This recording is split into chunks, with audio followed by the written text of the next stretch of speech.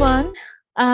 AI Chronicles is back with its second episode, and today I have Isha Ghodgaonkar, pardon if I pronounce your last name incorrectly, as my guest, and we have a fun topic planned for everyone to listen to. But before we get into today's topic, let me tell you how Isha and I met. So I followed her on Twitter because of her interesting content. And once upon a time ago, she posted asking something about where everyone is from and what their profession is, or something along those lines. So, of course, me being curious and eager, I responded to her tweet. And that's a short story of how we met. So, and why we met, because of course we had similar backgrounds. And so, finding that out, we decided to meet for coffee and I feel like social media can be so good at times, don't you think, Isha? It's like we Yeah, can it's connect great. with people from random corners of the world. And for us, it was great that we live near San Francisco. So, yeah. So let me introduce Isha. So she is an ML engineer slash data scientist turned developer advocate at Determined AI. And I had asked, so I had asked Isha to share something fun about her that will surprise people when they get to know you. And boy, oh boy, was I surprised. And that was the first time I heard the term called synesthesia. So Isha has synesthesia. So why don't you tell us a little bit about what is it? Yeah, that reminds me of me telling you that I had this, and I'm remembering this incident. But yeah, basically, synesthesia is when you have two or more of your senses that are merged together, and these are like sensory inputs. So like sights with like hearing things, or like touching and smells, or things like that. So basically, for me, it's a combination of vision and color. So when I see certain letters, I think of them in colors. So, and this is it's not that strong for each letter of the alphabet, but for certain letters, I strongly associate them with certain colors. So for M, I always see M in blue. And for A, I always see A in red. But that's not the case for all the letters, obviously. But when the day I realized this was when I was like deciding what color to pick for my notebooks for school. And I picked like a black math notebook and a blue science notebook. And I got them switched up all the time because I thought M is blue, so that should be math. And that was a problem for me for the whole year. And yeah, so that's just one example of synesthesia. People have like much stronger forms of it. I think mine is kind of mild, but I learned about it very late after that incident. Like this was in fifth grade, and I think I just discovered the term synesthesia a couple of years ago too. So it's an interesting thing. Yeah. It totally is. When you first told me, I'm like, seriously, these things exist? What the hell? Yeah. Yeah, I honestly have never heard that word before until I met you and you told me about it. But yeah, I would say that that was very interesting. And so, all right. So what do you say, Isha? Should we get started on tonight's agenda? Let's go for it. Awesome. All right. Well, so everyone in machine learning knows that whatever one wants to build using, whether it's machine learning, deep learning, natural language processing, or any other AI tech, it won't be scalable or functioning without a strong infrastructure to support it. What's your thought? Do you agree with me on that? Yeah, so you're talking about when you're building ML solutions, you need ML infrastructure that's a reliable infrastructure to basically scale that. Yeah, so I can Yeah. tell you a little bit about Determined AI. So we're an ML infrastructure solution, and the whole idea behind Determined AI is we are a model training platform, and we sit within ML Ops. The whole idea behind ML Ops is operationalizing machine learning. And in the olden days, like not the olden days, but just like a few years ago, because AI is such a rapidly advancing field, people would kind of develop Right. training scripts in Python to train a model, um, save those models on their computer, like maybe send those training scripts to their colleagues or upload via GitHub. And this is kind of like an ad hoc process by which you train models on data sets. Without ML infrastructure, this is really messy. And I think as we're getting into operationalizing models, like with, like, for example, LLMs, and using them at scale in businesses, ML infrastructure is something that is very commonplace and very necessary, especially in today's world. Fair enough. I totally agree with you. So yeah, as you said, so I feel in my entire academic and industry journey, I have seen that there are a plethora of machine learning infrastructure tools serving different purpose in the entire machine learning pipeline. For example, there's AWS services or Ray from any scale or Bento ML and Determined AI as well, as you said. And this is just to name a few that are available in the market so that, you know, so people could use. But when I met you, I remember how we talked about the open source nature of these tools or some of the tools that are open source. And you sounded very passionate about it, which I admired, of course. I totally believe in the open source technology. So, but what is it about open source nature of these tech and tools that thrills you the most? Or why would you recommend it to any AI professional? Yeah, that's a great question. I'm really glad you asked this. So just to give a little bit of background to the audience who's not super familiar with some of the players in the ML infrastructure space, you have AWS SageMaker, there's Databricks ML Flow. These are enterprise grade solutions that are paid, so they're not completely open source, or maybe they have some open source components. The landscape is kind of evolving day by day, so it's at any given moment, I'm not sure exactly which components may be open source offerings or not. And then you have completely open source tools like Ray, Horvath for distributed training, for example. And these could be point solutions, so they could do one or two things, but not necessarily have an end-to-end ML infrastructure. And just to caveat this, end-to-end ML infrastructure can mean a lot of different things to a lot of different people, but basically to say there's a ton of different solutions and they all have varying degrees of open source. Um, there's a ton of reasons why I am passionate about open source, and I can explain all of them. I can go through them one by one, but I think the thing that thrills me the most about open source ML infra and just open source tooling in general is the fact that open source has the ability to accelerate model development and just accelerate the development of AI broadly. Mm. So an example of this is like the way I like to think about it is, let's say that PyTorch or TensorFlow wasn't open source, and each organization or each company had their own proprietary ML development framework. It would be pretty much impossible for researchers to reproduce anybody else's paper, right? You can imagine how that would just completely slow down research. It would completely slow down just AI development in general. So going a layer on top of that, ML, open source ML infrastructure. So infrastructure is like a layer on top of the development frameworks, right? Because development frameworks are for developing those models, and infrastructure encompasses different frameworks and other different pieces. It's a layer on top. So just taking that thought experiment, imagining open source ML infrastructure, it's kind of easy to see how that will just rapidly accelerate AI ML development in general. It's similar to Linux, like how Linux is an open source, I guess Linux is the kernel, but Linux is an open source operating system.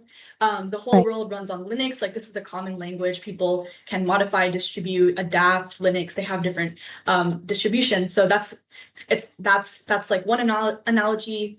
And then in the past, when people were doing web development, this is something that our former CTO and now currently position at HPE, he likes to talk about this in the web development land.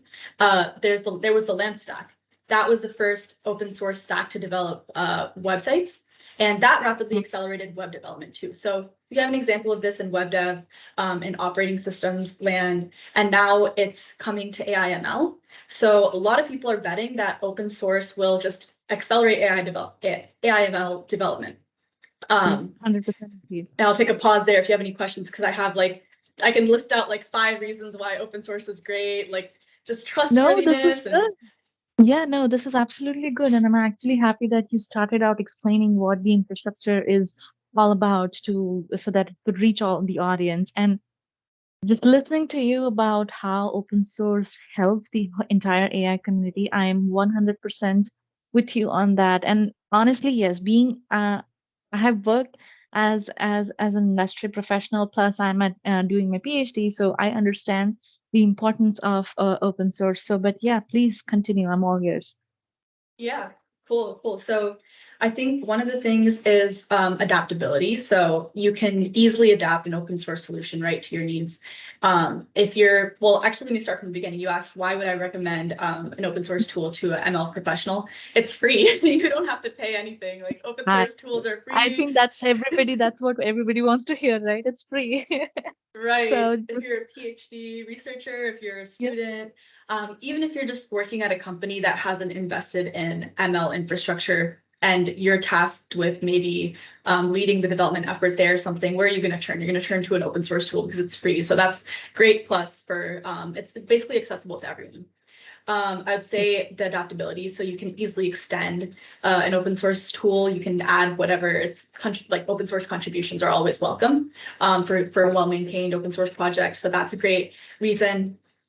Another thing is trust and transparency. So when you're using Mhm. an open source tool, you can see exactly, you can open it up, you can inspect it, you can see exactly what the tool is that you're using, as opposed to using it from a vendor. And I guess this is more relevant when it comes to, like, for example, LLMs, like when you're using it in an API setting, like, for example, ChatGPT.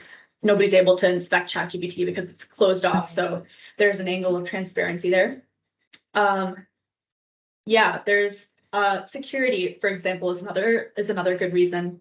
Uh, if everybody's able to inspect the code and point out security vulnerabilities before they even arise in an enterprise setting per se, and people are constantly bug fixing and patching those things and looking out for them, open source tools can be a lot more secure than even enterprise grade solutions, because the whole world is kind of pitching in. So just a few things that come to mind, but I know there's tons of more information about open source things that you can find online.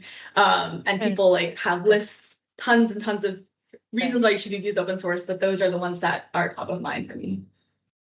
Right. So, you mentioned trust and transparency. So, I'm just wondering, like, do you think there could be some disadvantages of transparency in there, or especially like when it's great actually that everybody gets to contribute, especially to these open source tools. But do you think it might get complicated, or the transparency part could be, say, disadvantageous in any scenario? Do you think that could be possible? That's a great question. Going back to the first part of that question, that it's complex to contribute to open source. I think establishing standards and guidelines for contributing. I've Mm-hmm. seen that pretty commonly, like with open source GitHub repositories and things like that. There's like Yeah. a review process for the contribution. So I think at least if the project is well managed and it's Mhm. structured enough, that shouldn't be an issue. But I understand where that concern comes from, because maybe if a project is starting out, then that could get complicated until they establish that. Could Mhm. there be an issue with transparency? Not that I see. I think, like, rather than having things closed off and having them more open, you can red team them earlier. So you can spot vulnerabilities earlier, and you can prevent against security risks before they arise. So at least that's my view. Mhm. But yeah, I think that's my take on it. Okay. Yeah.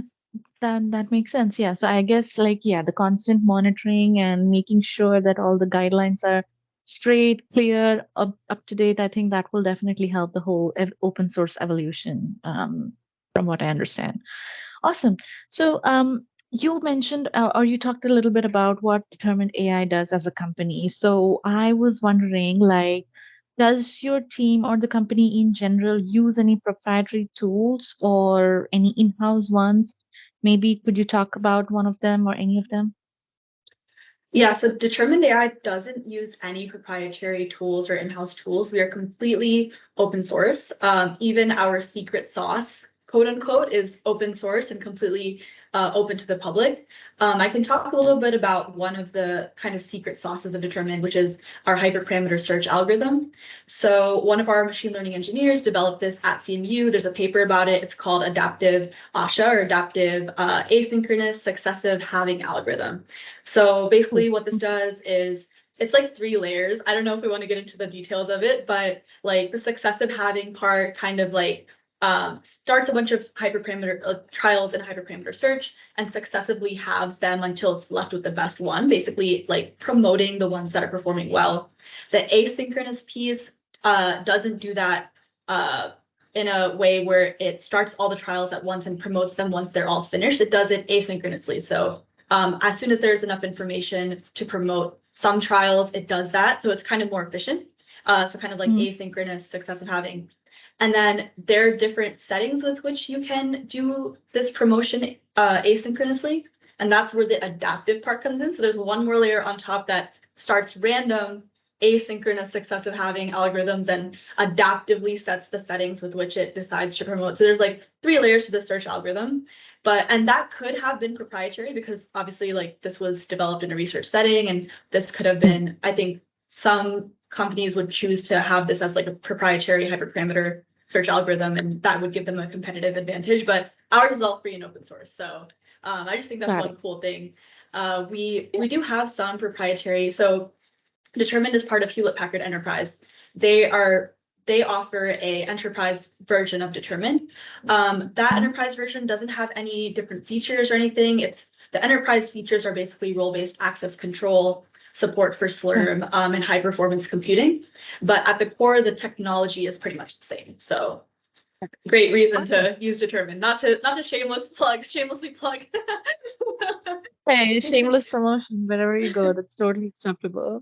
But yeah, you mentioned that there is a paper on the hyperparameter tuning. So maybe, we can share it with the audience towards the end, Sure. like a link or something. Yeah, Awesome. So that actually leads me to the next question. So according to you, how does an organization decide when to adopt the existing open source solutions versus building their own custom infrastructure? Yeah, that's a great question. I can't say exactly how they'll decide since I don't work with enterprise, but I can definitely give you kind of like a pros and cons my thought process for why you use proprietary solution or build your own proprietary solution, buy something or use something that's open source. So in my mind, those are the 3 options. So if you're building ML solutions, you can hire a team and hire ML engineers and build your own ML infrastructure. The pro of that is that you can adapt it to your own needs. It's trustworthy. It's in-house. Obviously, you don't have the concerns of like vendor lock-in because you're building it yourself. But I think one of the cons is that it's very expensive because you have to hire all these engineers, create a new team. Another con is that it's really hard. So for building machine learning infrastructure, one of the things that you have to consider is like, for example, like how efficient it is, which is one of the things our hyperparameter search algorithm fixes, right? Because it's an efficient way to search for the best model, but then also distributed training. And distributed training is a hard thing to build from an infrastructure standpoint because there's a lot of things that can go wrong during distributed training, like a node failing or something going like another piece of your distributed training and compute failing. And then recovering from that and saving your training progress is a non-trivial thing to build. Why would you want to build that yourself? Like if that wheel has already been invented, like reinventing that is an expensive thing to do because your engineers have to implement it, build, maintain, figure out like how you're going to handle those scenarios. So those are some of the challenges that come with building an in-house tool. But some companies might still choose to do that, especially if they're like big tech. Like I'm sure Facebook has their own internal infrastructure, Google, Apple. If you have the resources, then that's something that is probably not really a concern to you. So if you're big and you have enough of the resources, I would probably assume that they would go with building their own. Another option is buying something that already exists. So like SageMaker, for example, this is managed end to end. So they offer the compute, the infrastructure as well, and then support for that. That is expensive in its own way because now you have to pay for the tool rather than paying for engineers to build the tool. So different kind of expensive. The pros of that is that you don't have to worry about those problems yourself. There's engineers that are already handling those kind of problems that I mentioned, like fault tolerance for distributed training. There's a lot of things that are already offered. Another con of that is the vendor lock-in. So let's say you want to migrate from AWS cloud or to something else, but your enterprise, your organization has already been using SageMaker for 10 years. It's hard to switch to GCP, for example. Or if Amazon decides tomorrow that we're going to do things this way now and you don't want to do things that way, it's hard to pivot from what you've been doing because now you're kind of so used to using them, and that's like how your workflow is very intimately connected with the tool that you chose to buy. That's called vendor lock-in. So that's the problem with buying something proprietary, or like buying a tool basically.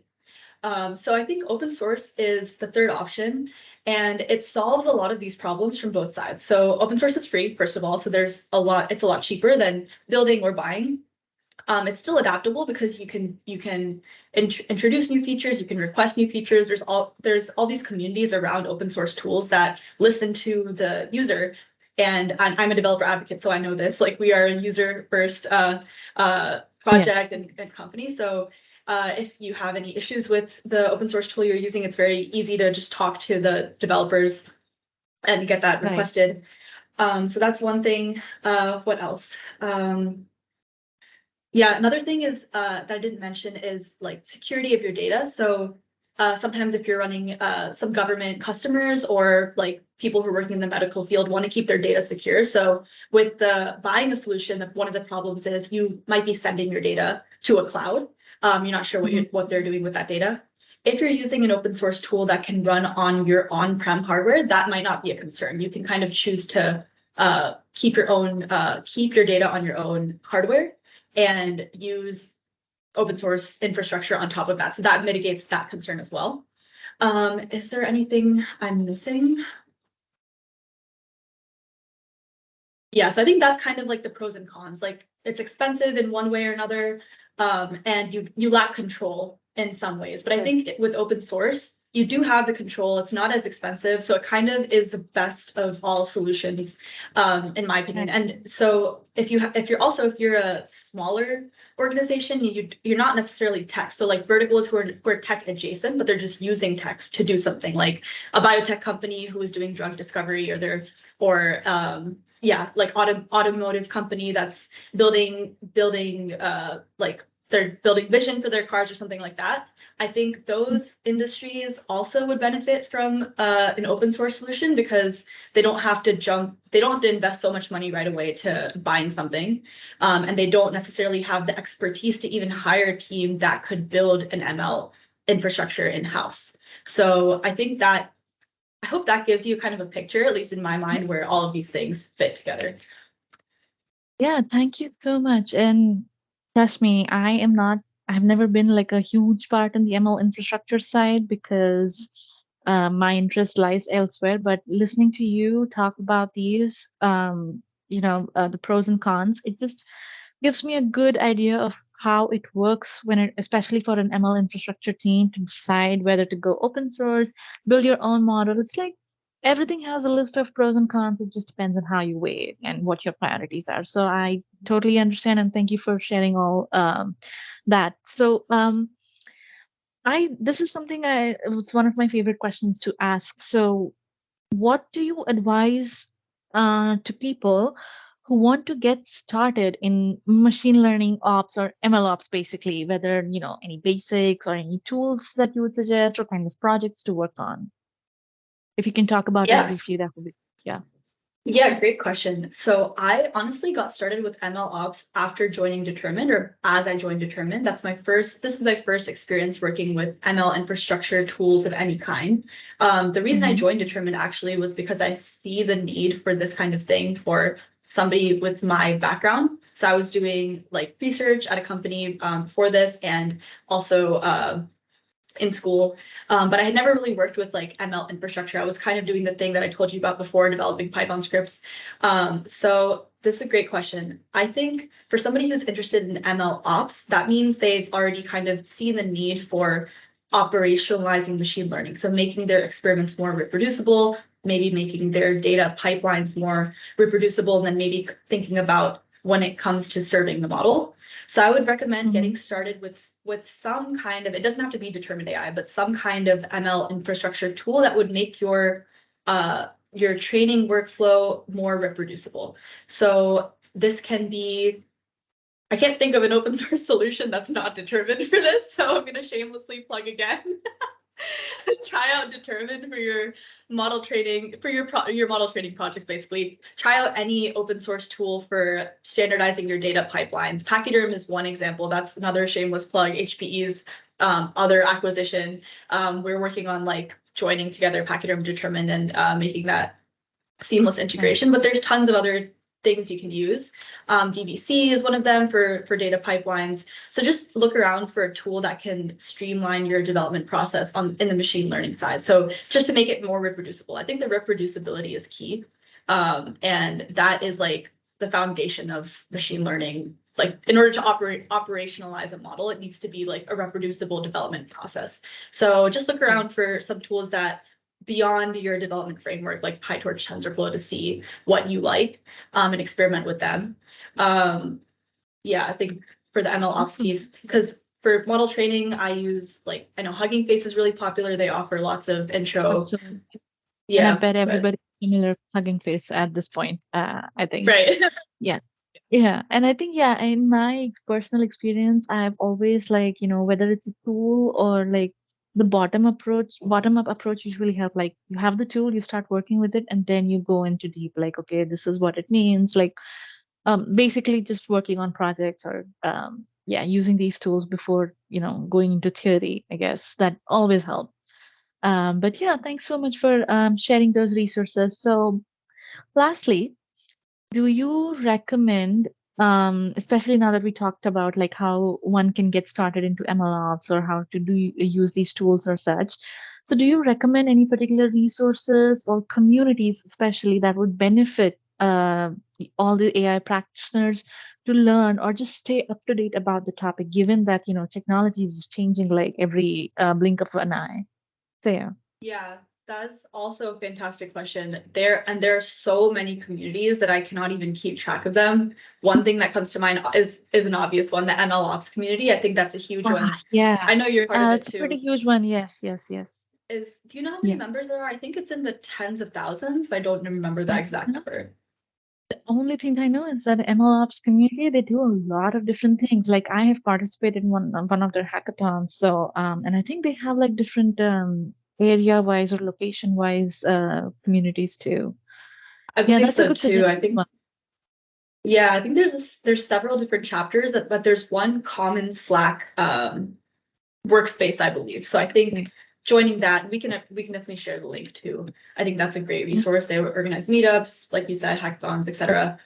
We have a Determined community specifically for Determined. I know that each tool, like I'm not going to say every single one has a community, but many open source projects have a community where they either on Discord or Slack where you can join if you like that specific tool. Would definitely recommend doing that because you can definitely get support. You can talk to other users to learn the tool and just learn about what they're using that tool for.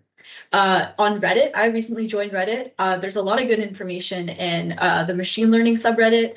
There's a PyTorch subreddit, I believe, like lots of different subreddits that people are constantly talking about new technologies and things. So that's been really informative for me. Same with tech Twitter, X. So I don't know about like the future of that, but Yeah. it's just Yeah. something Yeah. you could join.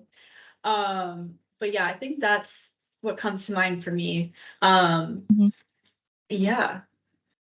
Awesome. Yeah. Thank you so much for the suggestions. But yeah, so I think this was a wonderful conversation. Trust me, Isha, I got to learn a lot about ML infrastructure today and why I'm glad. the emphasis on open source is yeah, it's really big. So yeah, thank you so much for discussing and telling everyone about the open source, the importance of it, what Determine AI does, and what communities to grow, go and attend webinars or resources to use. So yeah, thank you so much for your time. It was lovely talking to you.